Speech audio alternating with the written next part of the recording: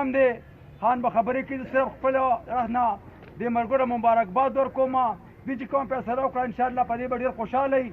او دا ځکه چې خلکو ته پته ولګېده چې عمران خان کومې خبرې کړې ګپ دی ټول دروغ دي او زه شارټ کټ ته دا وایم د تنظیم له مبارکباد ورکوم او دا امید لرم چې انشاءالله زمونږ نور ملګري همدا شان راپاسي او پر یونین کونسل کې به که خیر شان پروګرامونه کوو ډېره مهرباني والسلام نن ډېره د خوشحالۍ خبره ده چې دا کوم زمونږ ملګري دي دا موږ سره په دې کاروان کې شامل شو زه د ټول یونین کونسل د ټولې پارټۍ د طرف نه دوی له مبارکباد ورکوم چې انشاءالله تعالی زمونږ سره به په دې کاروان کې تاسو خوشحاله انشاءالله څه ګیله مانه به هم نه او هر کار به چې دی نو په مشاورت سره کوو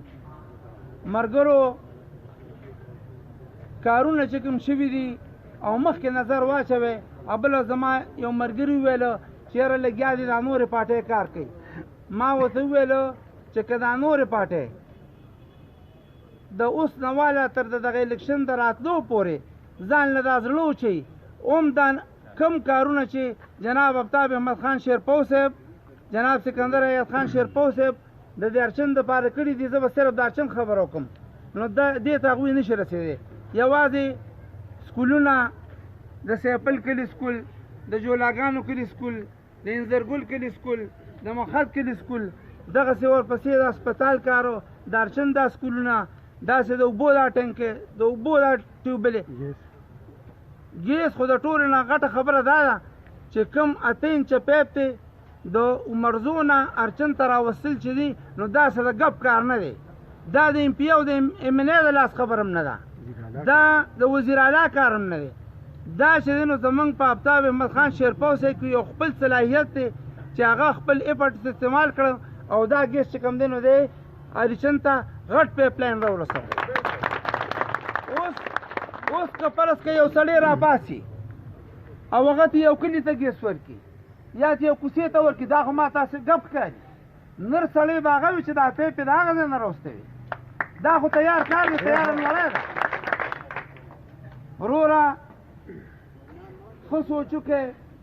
زه چې ګورم نو چې دارچن په کومه خښته ما پیښې ده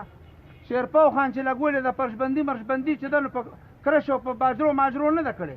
زړې چې څونه خښتې لګېدلي دا د آفتاب احمد خان شیرپو صاحب د لاس دي زمونږ پارچن کې ما ته یو کار همداسې نه ښکاري چې فرض کړه زمونږ کمزوري ده او زمونږ نه دی شوی نو دا خبره ده وخت لږ دی خو زه دا یو خبره کومه چې د خدای خاطر وکړئ راپاسئ او چې دا کوم کسان زمونږ د ترقۍ سوچ کوي د دغه کسانو لاس مضبوط کړئ چې زمونږ دا ملک زمونږ دا کلي زمونږ دا یونین کونسل د ترقۍ د سوکالۍ او د خوشحالۍ په لار روان شي ډېره مهرباني چرته زمونږ د تعلیم پوښتنه کړې ده تا چرته د صحت پوښتنه کړې ده تا چرته نور زمونږ مسایل دي د هغې پوښتنه کړې ده د ټیمې اهلکار دي دلته څونه په دغه وشو درخواستونه مو ته کړي دي د هغې باوجود هم دلته ګندګیانې پرتې دي مهرباني وکړئ هغوی ته زه پر زور اپیل کوم چې راشي او دلته صفایي وکړي د تحریک انصاف حکومت کې هغوی خو د تعلیمي لحاظ خو هغه هم درم برم دي د صحت لحاظ سره هم درم برم دي په هر لحاظ سره زمونږ پښتونخوا صوبه ده هغې ته بالکل توجه نشته دی دلته زمونږ د پاکستان تحریک انصاف ایم ان اے دی هغه وایي آفتاب خان دلته څه کار کړی دی نو نن زه تا ته وایم د دې سټیج نه د دې جلسې د دې وساطت نه د قومي وطن پارټۍ د دې اسمرو نه د دې نه زه دا خبره تا ته کوم چې ایم ان اے صاحب تا به په هغه ټیم کې چېرته سکول ویل یا په سکول کې به وي ته د آفتاب خان نه څه خبرې نن درته زه وایم آفتاب احمد خان شیرپو په سن 1980 کې چې وزیر اعلی و ته کوم ځای کې وي ته به چېرته په کالج او هغه کې وي